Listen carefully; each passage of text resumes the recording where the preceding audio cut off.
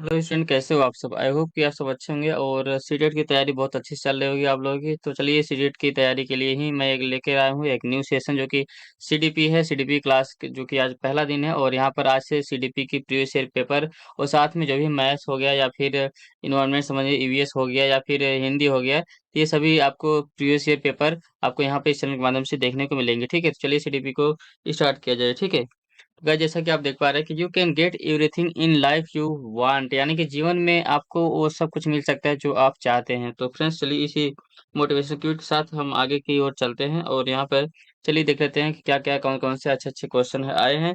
चलिए हम क्वेश्चन को हम यहाँ पर प्रैक्टिस कर लेते हैं। ठीक है, तो पहला क्वेश्चन आपके स्क्रीन पे इस समय दिख रहा है कि एक बच्चे के विकास की प्रगति को उसी उम्र के बच्चों के विकास दर की तुलना करके सटीकता से मापा जा सकता है। क्या यह मापा जा सकता है? तो इसका हम तो नहीं लगता कि मापा जा सकता है। फिलहाल आप इसमें 4 विकल्प दिए हुए हैं और आप बताइए कि यहाँ पे कौन-सा सही है, ठीक है? तो इसमें दूसरा जो कि तर्क दिया हुआ है कि विकास का स्वरूप व गति सभी बच्चों के लिए एक समान होता है तथा सभी सांस्कृतिक परिवेश में एक समान रहता है, नहीं। तो यहाँ पर हमें जो जो कथन दिया हुआ है, स्टेटमेंट जो दिया है वो भी गलत लिया है और यहाँ पर जो तर्क दिया है वो भी बिल्कुल गलत है, ठीक है? तो यहाँ पर आपका राइट आंसर हो जाएगा, आपका यहाँ पर चौथा आंसर जो कि सही आंसर हो जाएगा, ठीक है? ए और आर दोनों क्या है? असत्य है, ठीक है?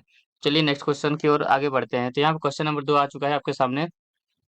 एक बच्ची फुटबॉल खेलना सीखने से पहले कूदना व छलांग मारना सीखती है, ठीक है?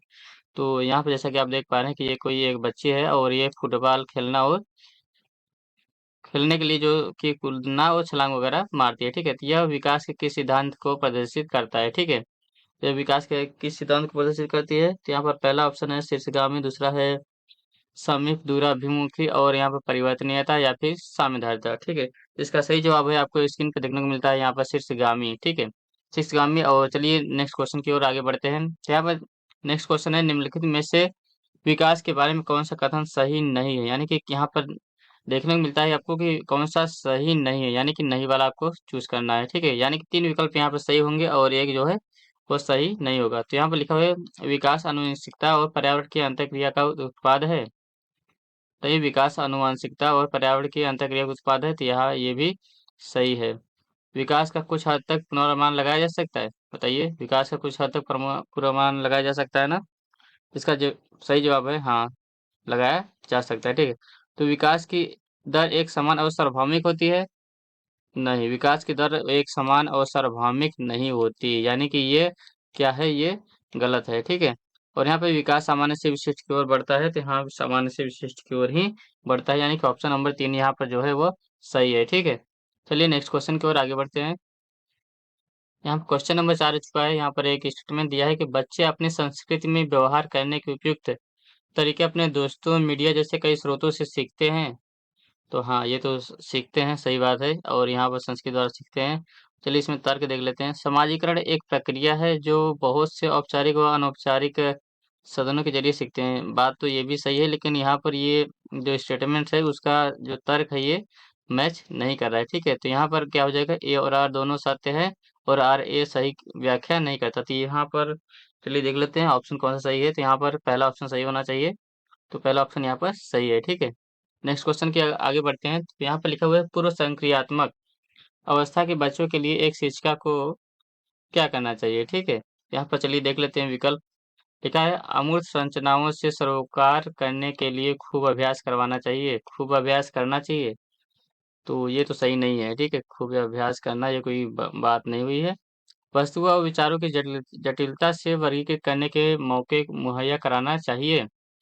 और नेक्स्ट विकल्प है ऐसी समस्याएं देनी चाहिए जो उच्च स्तरीय मूर्त सोच पर आधारित हो, उच्च स्तरीय मूर्त सोच पर आधारित हो, ठीक है? और यहाँ पर लिखा है ऐसी समस्या देनी चाहिए जिनके लिए तर्कपूर्ण वैज्ञानिक समझ की आवश्यकता हो, ठीक है? तो यहाँ पर चलिए देख लेते हैं ऑप्शन कौन सा सही है। आपने ऑप्शन सही है, वस्तु और विचारों की जटिलता से वर्गीकृत करने के मौके को मुहैया करानी चाहिए, ठीक है? क्योंकि विचारों और जटिलता जो रहेगी उसके लिए जो मौका मुहैया कराएगी तभी तो बच्चा कुछ सीख पाएगा। तो चलिए नेक्स्ट क्वेश्चन की ओर आगे बढ़ते हैं। यहाँ पर नेक्स्ट क्वेश्चन है, जिन पियाजे के संज्ञानात्मक विकास की किस अवस्था में बच्चा समझ बना लेता है कि प्रतीकों का इस्तेमाल वस्तुओं को प्रतिनिधित्व करने के लिए किया जा सकता है? अगर बच्चे के सामने साइकिल नहीं है तब भी वह साइकिल शब्द सुनकर उसके मस्तिष्क में एक प्रतिबिंब बन सकता है, ठीक है। तो बन सकता है कौन सा? पूर्व पारंपरिक अवस्था या फिर पूर्व संक्रियात्मक अवस्था, मूर्त संक्रियात्मक अवस्था या फिर अमूर्त संक्रियात्मक अवस्था। तो इसमें कौन सा सही है गाइस? तो यहाँ पर है, यहाँ पर लिखा हुआ है कि जिन संज्ञानात्मक विकास की किस अवस्था में बच्चा समझ बना लेता है कि प्रतीकों का इस्तेमाल वस्तु के प्रतिनिधित्व करने के लिए किया जा सकता है। अगर बच्चे के सामने साइकिल नहीं है तब भी साइकिल शब्द सुनकर वो उसके मस्तिष्क में बना ये प्रतिबिंब एक बन जाता है, ठीक है। तो इसका सही जवाब है राइट आपको पूर्व संक्रियात्मक अवस्था, ठीक है। चलिए नेक्स्ट क्वेश्चन की ओर आगे बढ़ते हैं। यहाँ पर नेक्स्ट क्वेश्चन है, अनंत देव अंकों की संख्याओं का जोड़ करने में अकेले संघर्ष करता है किंतु शिक्षिका की मदद से वह ऐसा करने में सक्षम है। लेव वाइगोत्स्की के सिद्धांत के अनुसार यह क्या दर्शाता है, यानी कि ये क्या दर्शाता है? समीपस्थ विकास के क्षेत्र, पुनर्बलन या फिर परिपक्वता या फिर प्रतीकवाद, ठीक है। इसमें कौन सा सही है? तो इसका सही जवाब है आपका समीपवर्ती विकास के क्षेत्र, ठीक है। तो चलिए आगे क्वेश्चन की ओर बढ़ते हैं। यहाँ पर नेक्स्ट क्वेश्चन आ गया, लेव वाइगोत्स्की के अनुसार अधिगम क्या है, ठीक है। तो लेव वाइगोत्स्की के बारे में अगर जानते होंगे तो आपको पता होगा ज्ञान के निर्माण की सतर्कता है या फिर ज्ञान के तर्क निष्क्रिय प्रक्रिया है या अभ्यास दोहराव की प्रक्रिया है या फिर उद्दीपन प्रक्रिया के संबंधों की प्रक्रिया है, ठीक है। इसका राइट आंसर हो जाएगा आपका ज्ञान के निर्माण की सक्रियता, ठीक है। क्योंकि ज्ञान में आप सक्रिय रहेंगे तभी तो आपको सीख पाएंगे। अगर आप निष्क्रिय रहेंगे तो आप सीख नहीं पाएंगे। चलिए नेक्स्ट क्वेश्चन की ओर आगे बढ़ते हैं। आसना अच्छी करती है क्योंकि वह दूसरे द्वारा अच्छा देखा जाना चाहती है। वह लॉरेंस कोहलबर्ग के नैतिक विकास के किस चरण में है? तो पूर्व पारंपरिक है या फिर पारंपरिक है या उत्तर पारंपरिक है या अमूर्त संक्रियात्मक है? तो इसका राइट आंसर हो जाएगा पारंपरिक, ठीक है। तो चलिए नेक्स्ट क्वेश्चन की ओर आगे बढ़ते हैं। क्वेश्चन नंबर 10 है, प्रगतिशील शिक्षा में क्या होना चाहिए? सीखने का स्वरूप सामाजिक होता है? बिल्कुल स्वरूप होना चाहिए। आगे देख लेते हैं। पाठ्य पुस्तकें सीखने का एकमात्र स्रोत है? नहीं, ये एकमात्र स्रोत नहीं है, क्योंकि हम समाज से भी और मीडिया से और तो बहुत सी चीज़ों से क्या है कि औपचारिक अनौपचारिक रूप से सीखते रहते हैं। फिर यहाँ पे लिखा हुआ है, बैठने की व्यवस्था पूरी तरह से तय होती है। बैठने की पूरी तरह की व्यवस्था तय होती है? नहीं, ऐसी तय ये कोई जरूरी नहीं है। पाठचर्या मानकीकृत होती है? नहीं। इसका राइट आंसर जो है वो आपको देखने को मिलता है, सीखने का स्वरूप सामाजिक होता है, ठीक है। नेक्स्ट क्वेश्चन की ओर बढ़ते हैं। यहाँ पर राष्ट्रीय शिक्षा नीति 2020 किस पर बल देती है? तो पहला ऑप्शन है, जैसे कि आप देख पा रहे हैं, कि लचीला बहुस्तरीय गति आधारित अधिगम होना चाहिए, बच्चों की केवल संज्ञानात्मक विकास से संबंधित पहलू होने चाहिए, या फिर राष्ट्रीय पाठचर्या के मानकीकरण पर, या फिर बच्चों के स्मरण विकास के कौशलों पर। जैसे कि आप जानते हैं कि बच्चों के केवल संज्ञानात्मक विकास से संबंधित पहलू होना चाहिए। बताइए, अगर आपने एनईपी 2020 पढ़ा है तो आपको पता होगा कि यहाँ पर लचीला और बहुस्तरीय होने चाहिए, ठीक है। क्योंकि यहाँ पर जो कठिनाई और साथ में रटने वाली जो एनईपी है 2020, तो वहाँ पर क्या है, इसका विरोध किया गया है, ठीक है। नेक्स्ट क्वेश्चन है, निम्नलिखित में से कौन सी विशेषता हार्वर्ड गार्डनर द्वारा प्रतिपादित अंतर्वैयक्तिक वृद्धि का आलेख करती है? तो यहाँ पर कोई विकल्प है, मौखिक व लिखित भाषा के प्रति संवेदनशीलता, ध्वनि व ताल के प्रति संवेदनशीलता, या फिर दूसरों के विचारों व इच्छाओं के समझने की क्षमता, या फिर खुद को समझने की क्षमता, ठीक है। तो इसमें कौन सा सही है गाइस? तो यहाँ पर अगर आप हार्वर्ड गार्डनर के बारे में अगर थ्योरी पढ़े होंगे तो जानते होंगे कि यहाँ पर जो दूसरे के विचारों की इच्छाओं को समझने की क्षमता होती है वो यहाँ पर सही होती है, ठीक है। तो यहाँ पर राइट आंसर है दूसरों के विचारों व इच्छाओं की समझने की क्षमता, जो कि राइट आंसर है, ठीक है। तो नेक्स्ट क्वेश्चन है, वाइगोत्स्की के संरचनावाद में किसकी भूमिका अहम है, ठीक है। तो यहाँ पर ज्यादा कुछ पढ़ाने का है नहीं, अगर आप जानते होंगे समझ गए होंगे कौन सा आंसर सही है। तो यहाँ पर भाषा है, परिकल्पना है और स्कीमा का विकास है और इनाम सजा है, ठीक है। तो राइट आंसर हो जाएगा यहाँ पर आपका भाषा हो जाएगी, जो कि भाषा यहाँ पर सही आंसर है, ठीक है। यहाँ पर नेक्स्ट क्वेश्चन है, बच्चों के सीखने का आकलन करने के लिए एक शिक्षिका को किन तरीकों इस्तेमाल करना चाहिए? पहला है कक्षा में की गई अंतःक्रिया, बिल्कुल ये सही होनी चाहिए, क्रिया होनी चाहिए, तभी तो यहाँ पर बच्चे कुछ सीखेंगे। परियोजना परियोजना होनी चाहिए बिल्कुल, क्योंकि ऐसा कोई प्रोजेक्ट प्रोजेक्ट या परियोजना बनेगा तभी सही रहेगा, वहाँ पर प्रैक्टिकली ज्ञान नॉलेज मिलेगा, ठीक है। और यहाँ पर पोर्टफोलियो, जी हाँ, पोर्टफोलियो अगर आपको पता होगा तो मैं बता दूँ कि पोर्टफोलियो जैसे कि आप कक्षा 5 में पढ़ रहे हैं, उसके बाद फिर आप नेक्स्ट ईयर छठी क्लास में जाते हैं, तो क्या होता है कि आपके बारे में जो भी डाटा होता है, ठीक है? वो टीचर द्वारा बना के वो दूसरे टीचर को, 6 वाले टीचर को दे दिया जाता है, ताकि सामने वाले व्यक्ति को पता चले कि हाँ, ये बालक ऐसा-ऐसा है, इसकी ये उपलब्धियाँ हैं और इसकी ये त्रुटियाँ हैं और ये इसकी ये कमियाँ हैं, ठीक है? तो ये पोर्टफोलियो होता है और आत्म आकलन, जी हाँ, आत्म आकलन करना चाहिए, यानी कि अगर एक इसका राइट आंसर देख लिया जाए तो इनमें चारों सही है, तो 1, 2, 3 और चारों ये सही है। तो यहाँ पर तीसरा विकल्प जो कि सही हो जाएगा, ठीक है? तो चलिए नेक्स्ट क्वेश्चन की ओर आगे बढ़ते हैं। नेक्स्ट क्वेश्चन है, राष्ट्रीय शिक्षा नीति 2020 के अनुसार मूल्यांकन का उद्देश्य किसकी जानकारी देता है? यानी कि 2020 से जो मूल्यांकन है वो किसकी जानकारी देता है? तो यहाँ पर लिखा है कि विद्यार्थी को कक्षा में व कक्षा के बाहर कैसी सहायता दी जा सकती है?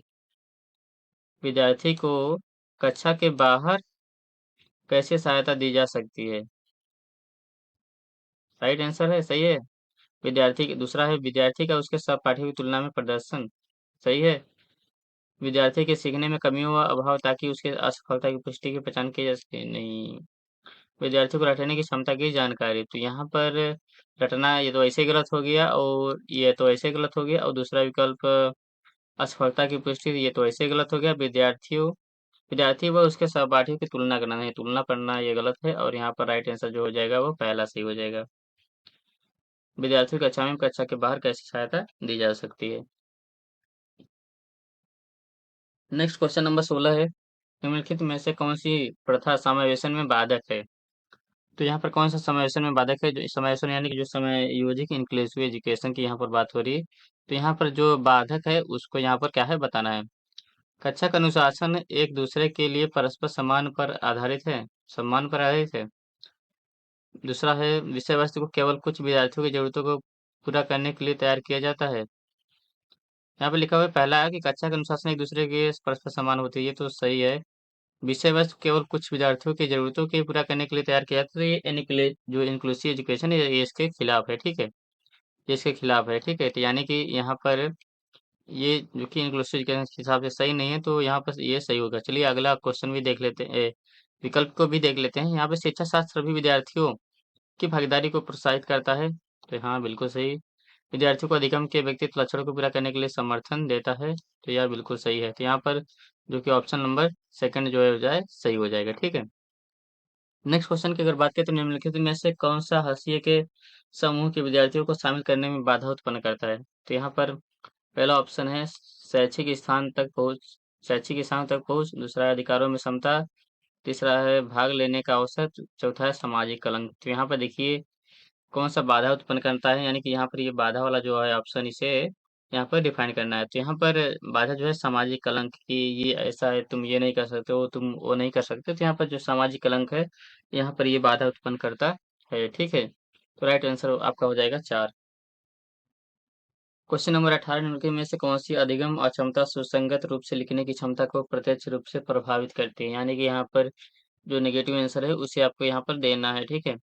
तो अक्षमता सुसंगत रूप से लिखने की, यानी कि लिखने की क्षमता की बात किया गया है यहाँ पर, ये राइट लिखने की बात की गई। तो यहाँ पर डिस्कैलकुलिया जानते हैं, डिस्कैलकुलिया अगर इसको प्रॉब्लम हो जाएगी तो क्या है कि मैथ में जैसे 5 प्लस 4 इक्वल टू 9 की जगह 5 प्लस 4 कुछ और भी लिखे, यानी कि डिस्कैलकुलिया में कैलकुलेशन जो है गलत हो जाएगा, ठीक है?